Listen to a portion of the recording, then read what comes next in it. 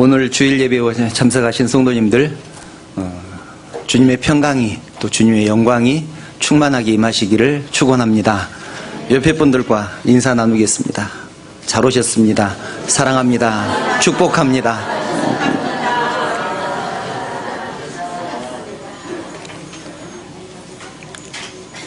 주를 믿는 성도들에게 가장 중요한 것은 예배입니다. 그래서 지난 시간부터 예배에 대해서 함께 나누고 있습니다. 지난 시간에는 다윗이 법궤를 찾아오는 그 열심, 자기의 모든 것을 희생해서라도 법궤를 찾아오고야 말겠다고 생각했던 다윗의 얘기를 함께 나누었습니다. 오늘은 예배의 두 번째 시간으로 예배의 회복을 위해서라는 제목으로 함께 말씀을 나누려고 합니다. 영화 인디아나 존스 많이 보셨을 것입니다. 인디아나 존스 1편 레이더스라는 영화를 보면 법궤를 찾아다니는 사람들 얘기가 나옵니다. 잃어버린 법궤를 찾아다니는 사람들. 그 영화 마지막 장면을 보면 인디아나 존스가 법궤를 찾습니다. 법궤를 찾는데 독일군들이 그 법궤를 빼앗아 갑니다. 그 속에 무엇이 들었는지 직접 확인하기 위해서 그렇습니다. 그리고 그들이 그 법궤를 빼앗아간 이유는 그 법궤를 빼앗아가면 그 법궤의 능력을 통해서 세계를 정복할 수 있을 것이다. 그렇게 생각을 했기 때문에 그렇습니다. 왜냐하면 이스라엘 백성들이 법궤를 가지고 가는 곳마다 전쟁에서 이겼기 때문에 독일군들이 세계를 정복하기 위해서는 법궤가 있으면 세계를 정복할 수 있을 것이다. 그렇게 생각을 했습니다. 그래서 그 속에 무엇이 들어있는지 확인하고 싶었습니다. 법궤 속에는 무엇이 들어있습니까? 세 가지가 들어있습니다. 첫째는 만나 항아리가 들어있습니다. 그리고 두 번째는 십계명이 새겨진 돌판 2개가 들어있고 세 번째는 아론의 쌍난 지팡이가 들어있습니다. 그러나 그 법궤 속을 들여다본 독일군들은 어떻게 되었을까요?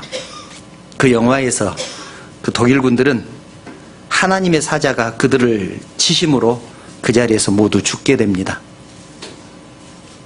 인디아나 존스 그 레이더스라는 영화는 오늘 본문인 사무엘상 6장을 배경으로 만들어진 영화입니다. 실제로 그 영화의 기록을 보면 사무엘상 6장을 배경으로 만들었다고 그렇게 기록을 하고 있습니다. 사람들은 죄악에 빠져 있기 때문에 하나님의 영광을 가까이 할 수가 없습니다. 영광의 하나님을 보게 되면 죽게 됩니다. 그래서 법궤를 들여다본 사람은 지금까지 살아있는 사람이 아무도 없습니다. 지난 시간에 다윗은 그 잃어버린 법궤를 찾기까지 장막에도 들어가지 않고 침상에도 오르지 않겠다고 맹세했다고 그렇게 말씀을 드렸습니다. 그리고 그렇게 노심초사한 끝에 마침내 법궤를 찾았습니다. 잃어버린 법궤를 찾은 그 다윗이 얼마나 기뻐했습니까? 오늘은 블레셋에 빼앗겼던 법궤가 왜 기리앗 여아림에 있게 되었는지 그 이유를 함께 알아보고 우리들은 어떠한 마음으로 예배를 드려야 하는지 함께 생각해 보려고 합니다. 본래 법궤는 성막에 모셔져 있어야 합니다. 성막에서도 지극히 거룩한 장소, 지성소에 모셔져 있어야 합니다. 그것은 하나님의 임재로 인하여 영광이 가득한 곳이고 대제사장이 하나님을 만날 수 있는 유일한 장소입니다. 민수기 7장 89절을 보면 이렇게 말씀합니다.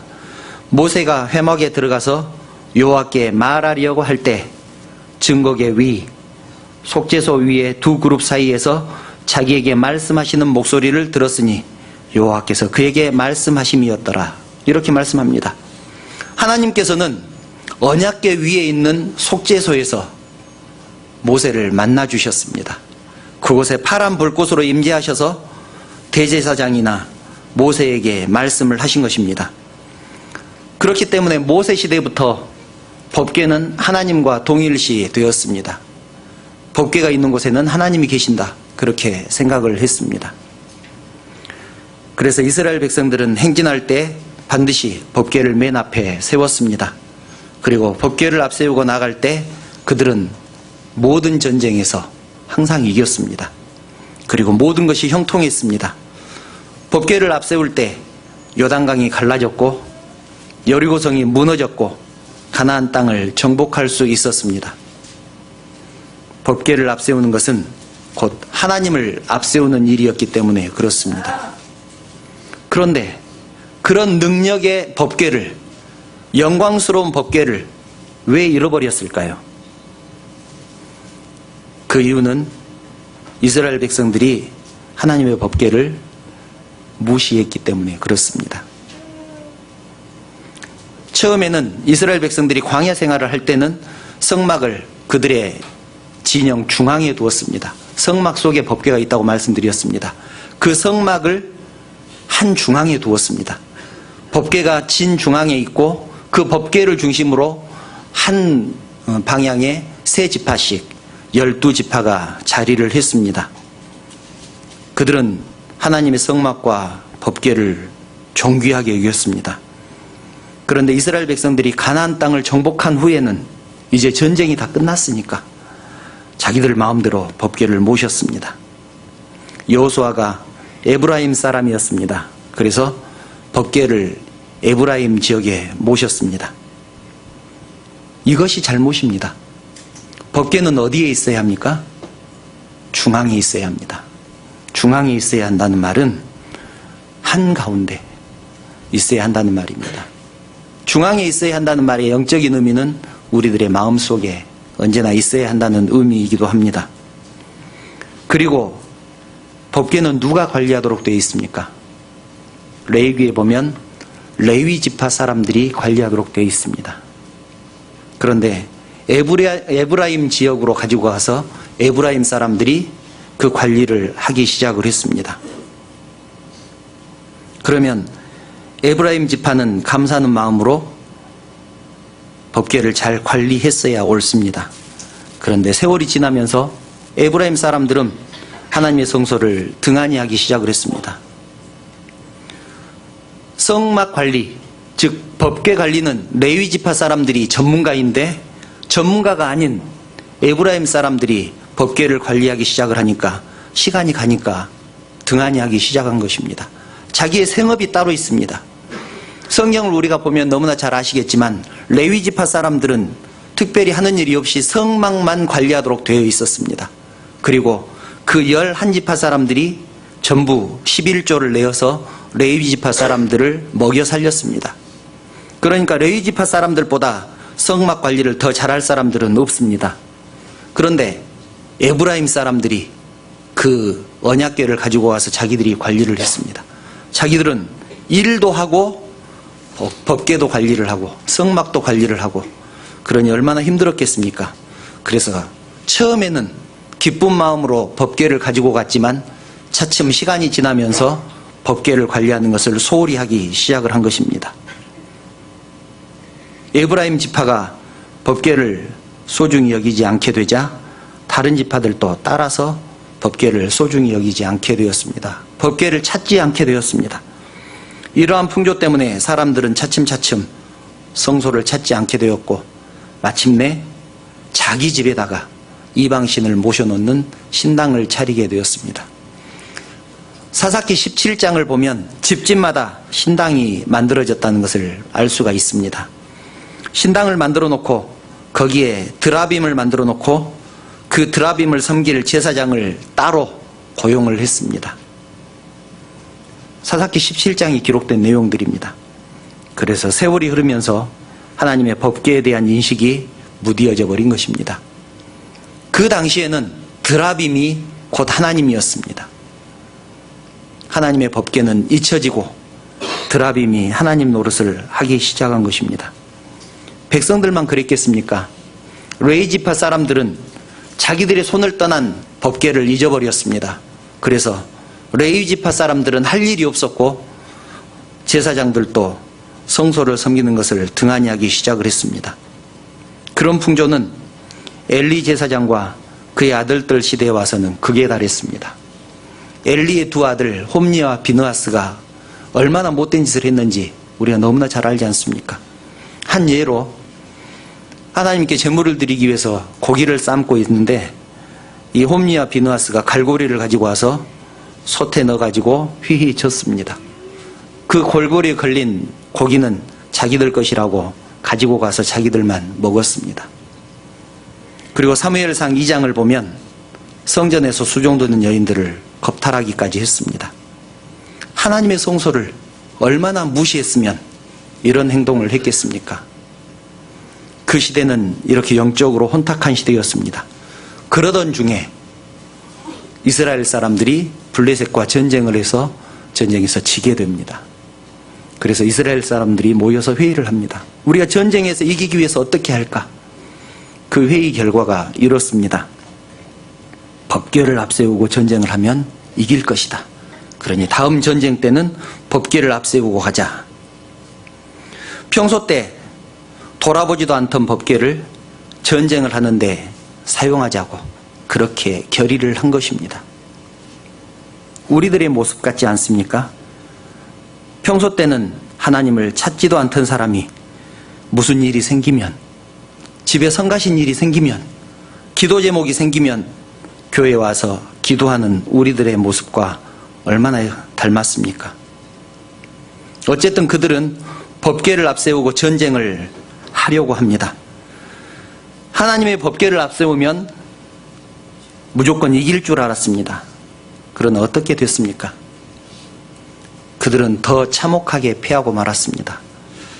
우리가 잘 아는 대로 언약궤를 메고 갔던 엘리의 두 아들 홈니와 비느하스가 그 자리에서 죽었고 하나님의 법궤는 블레셋에 빼앗겨 버리고 말았습니다. 사무엘상 4장 10절부터 11절을 보면 이렇게 말씀합니다. 그 얘기가 기록되어 있는데요. 블레셋 사람들이 쳤더니 이스라엘이 피하여 각기 장막으로 도망하였고 살육이 심히 커서 이스라엘 보병에 엎드러진 자가 3만 명이었더라. 하나님의 궤는 빼앗겼고 엘리의 두 아들 홈니와 비느하스는 죽임을 당하였더라. 하나님의 법궤를 모시고 나가서 전쟁을 했는데도 3만 명이나 죽었습니다. 그리고 하나님의 법궤는 블레셋에게 빼앗겨 버렸습니다. 그들은 하나님을 전혀 사랑하지도 않았고 하나님의 그 성소를 귀하게 생각하지도 않았습니다. 법궤를 요술상사 정도로 생각을 했습니다. 그런 사람들이 하나님께 도움을 청한다고 법궤를 가지고 나갔습니다. 그런 사람들에게 하나님께서 함께 하시겠습니까? 그래서 홈니와 비느하스는 전쟁에서 죽게 되었고 법궤는 빼앗기고 말았습니다. 비극은 거기서 끝나지 않았습니다. 엘리 제사장은 법궤를 빼앗겼다는 소식, 그리고 자기의 두 아들이 죽었다는 소식을 듣고 그 자리에서 의자에서 떨어져 목이 부러져서 그 자리에서 죽고 맙니다. 거기서 끝나는 것이 아니라 엘리에게 며느리가 있었습니다. 비느하스에게 아내가 있었는데 그 아내가 임신 중이었습니다. 자기의 남편이 죽었다는 소식을 듣고 충격을 받아서 갑자기 아기를 낳게 됩니다. 사무엘상 4장 19절부터 22절 말씀입니다. 이 말씀을 함께 찾아볼까요? 사무엘상 4장 19절부터 22절입니다. 이가봇 사상이라는 얘기가 여기서 처음 나옵니다. 이가봇이라는 것은 사람 이름인데 이가봇 사상이 하나님의 영광이 이스라엘에서 떠났다. 그것을 이가봇 사상이라고 합니다. 19절부터 22절을 제가 읽어드리겠습니다. 그의 며느리인 비느하스의 아내가 임신하여 해산 때가 가까웠더니 하나님의 궤를 빼앗긴 것과 그의 시아버지와 남편이 죽은 소식을 듣고 갑자기 아파서 몸을 구부려 해산하고 죽어갈 때에 곁에 서 있던 여인들이 그에게 이르되 두려워하지 말라. 네가 아들을 낳았다 하되 그가 대답하지도 아니하며 관념하지도 아니하고 이르기를 영광이 이스라엘에서 떠났다 하고 아기 이름을 이가봇이라 하였으니 하나님의 궤가 빼앗겼고 그의 시아버지와 남편이 죽었기 때문이며 또 이르기를 하나님의 교회를 빼앗겼으므로 영광이 이스라엘에서 떠났다 하였더라. 하나님의 교회를 빼앗겼기 때문에 영광이 이스라엘에서 떠났다. 그래서 이 며느리가 죽어가면서 자기가 낳은 아이 이름을 이가봇이라고 지었습니다. 사람 이름이 얼마나 중요합니까? 아기 이름을 이가봇이라고 지으면 그 아기는 평생토록 하나님의 영광이 떠났다라는 뜻을 가진 이름을 가지고 살아가게 됩니다. 그때의 영적인 상황을 말씀해주고 있는 얘기입니다. 하나님의 교회가 빼앗겼고 시아버지와 남편이 죽었으니 하나님의 영광이 떠나버렸다. 그래서 네 이름은 이가봇이다. 제사장인 엘리 가문과 이스라엘 백성들이 하나님의 교회를 우습게 여기자 하나님의 영광이 이스라엘을 떠나버렸습니다. 우리가 기억해야 할 것이 이것입니다. 성전은 하나님이 계신 곳입니다. 성전은 하나님을 예배하는 곳이고 하나님이 우리를 만나주시는 곳입니다. 물론 무소부재하신 하나님께서 어디든지 계실 것입니다. 그렇지만 특별히 하나님을 예배하기 위해서 만들어 놓은 장소가 예배당입니다. 그래서 옛날 어른들은 예배당을 지극히 거룩하게 생각을 했습니다. 본당에 슬리퍼 신고 들어오면 혼났습니다. 청소를 할 때도 강대상에는 권사님들만 올라와서 청소를 했습니다. 권사님들 아니신 분들 좋지요? 권사님들만 와서 청소를 했습니다. 본당에서는 뛰어다니지도 못했고 음식물이나 간식도 먹지 못했습니다. 본당에 있는 물건들은 성물이라고 해서 함부로 만지지도 못했습니다. 아주 조심해서 다루었습니다. 그런데 요즘은 어떻습니까? 우리들의 모습을 우리가 너무나 잘 알고 있지 않습니까? 교회에 다니는 사람들이 교회에서는 제멋대로 하면서 절에 구경 가면 대공전에서는 큰 소리도 내지 않습니다. 부끄러운 일이 얼마나 이거 부끄러운 일입니까? 절에서 큰 소리를 안 내는 것이 부끄러운 것이 아니라 예배당을 거룩하게 생각하지 않는 우리의 모습이 얼마나 부끄럽냐는 것입니다. 우리는 하나님의 교회를 얼마나 소중하게 생각합니까? 얼마나 거룩하게 여기고 있습니까? 하나님의 전을 귀하지 않게 생각하면 이곳에서 하나님을 만날 수 있겠습니까? 또 하나님의 말씀이 귀에나 들어오겠습니까? 그런 사람을 하나님께서 만나주시기는 하겠습니까? 현대에 와서 그렇게 하는 것이 성경적으로 옳다, 그르다 그 말씀을 드리려는 것이 아닙니다. 그 정도로 거룩하고 소중하게 생각해야 한다는 것입니다. 우리가 깊이 생각해 보아야 할 문제입니다. 언약궤는 빼앗긴 것이 아니라 하나님의 영광이 떠나버린 것입니다. 언약궤의 능력이 없었다면 어떻게 가는 곳마다 승승장구할 수 있었겠습니까?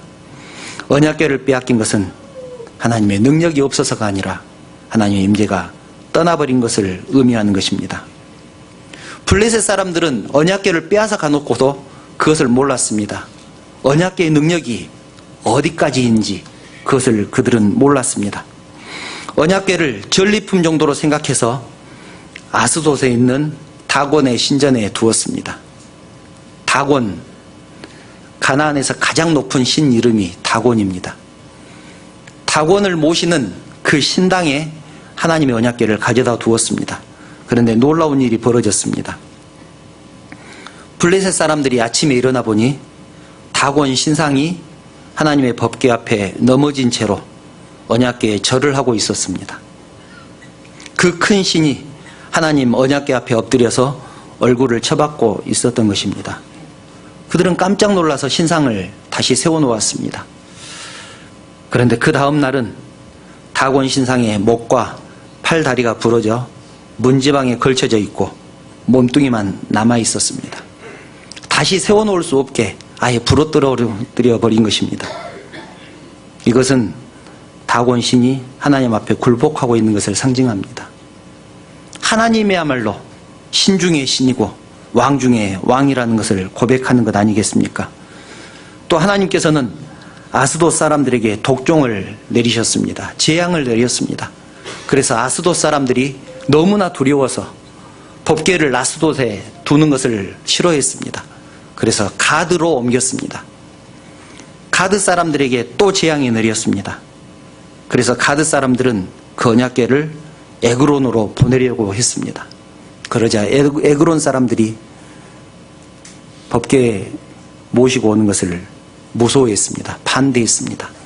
우리를 죽이려고 하느냐, 그렇게 말을 하면서 반대합니다. 사랑하는 성도 여러분, 하나님의 언약궤는, 하나님의 임재는 하나님을 섬기는 사람들에게는 축복이지만 하나님을 섬기지 않는 사람들에게는 저주라는 것을 알아야 합니다. 제사장들이 죄가 없을 때는 지성소에 들어가는 것은 너무나 영광스러운 일이었습니다. 그렇지만 죄가 있을 때는 그 자리에서 죽었습니다. 우리가 잘 아는 대로 제사장들이 입는 옷 방울 끝에 방울을 달아놓고 지성소에 들여보내지 않습니까? 죄가 있이 지성소에 들어가면 죽기 때문에 방울 소리를 듣고 제사장이 죽었는지 살아있는지를 알아보기 위해서 에봇의 끝에 방울을 달아두었던 것입니다. 하나님의 임재가 하나님을 섬기지 않는 사람들에게는 저주가 된 것입니다. 복음도 마찬가지입니다. 주를 믿는 사람들에게는 복음이 복된 소식이지만 또 축복의 말씀이지만 주를 믿지 않는 사람들에게는 저주의 말씀입니다. 우리들에게는 복음이지만 그래도 어떻게 믿지 않는 사람들에게 저주의 말씀까지 되겠느냐, 그렇게 생각할 수 있을 것입니다. 말씀 한 절 찾아볼까요? 고린도후서 2장 15절부터 16절입니다. 함께 찾아보겠습니다.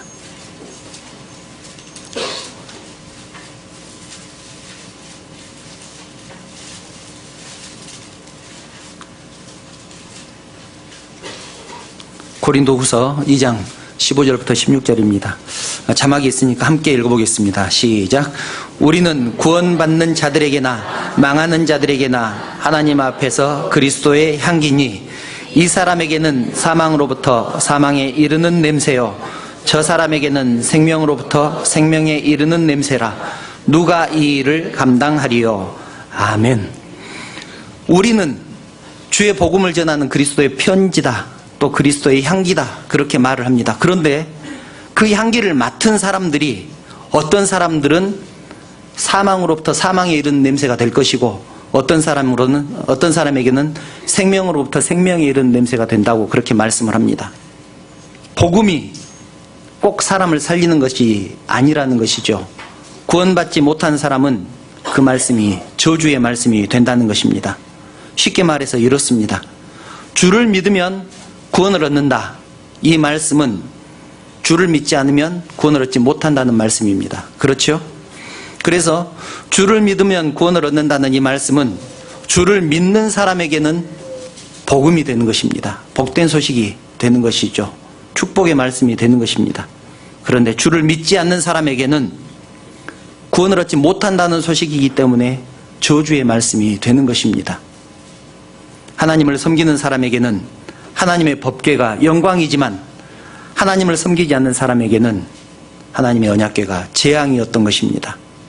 하나님께서는 가는 곳마다 그 지역의 신들을 벌하고 심판했습니다. 블레셋 사람들은 이제 도저히 하나님의 언약궤를 감당할 수 없었습니다. 그래서 어떻게 할까 고민을 했습니다. 사무엘상 6장 2절부터 3절 말씀을 보면 이렇게 말씀합니다. 블레셋 사람들이 제사장들과 복술자들을 불러서 이르되 우리가 여호와의 궤를 어떻게 할까? 그것을 어떻게 그 있던 곳으로 돌려보낼 것인지 우리에게 가르치라. 그들이 이르되 이스라엘 신의 궤를 보내려거든 거저 보내지 말고 그에게 속건제를 드려야 할지니라. 그리하면 병도 낫고 그의 손을 너희에게서 옮기지 아니하는 이유도 알리라. 블레셋 사람들은 하나님의 언약궤를 두려워했습니다. 하나님을 섬기던 이스라엘 백성들은 하나님의 언약궤를, 하나님의 임재를 우습게 생각했었는데 블레셋 사람들은 하나님의 언약궤를 두려워한 것입니다. 이제 하나님의 언약궤는 블레셋 사람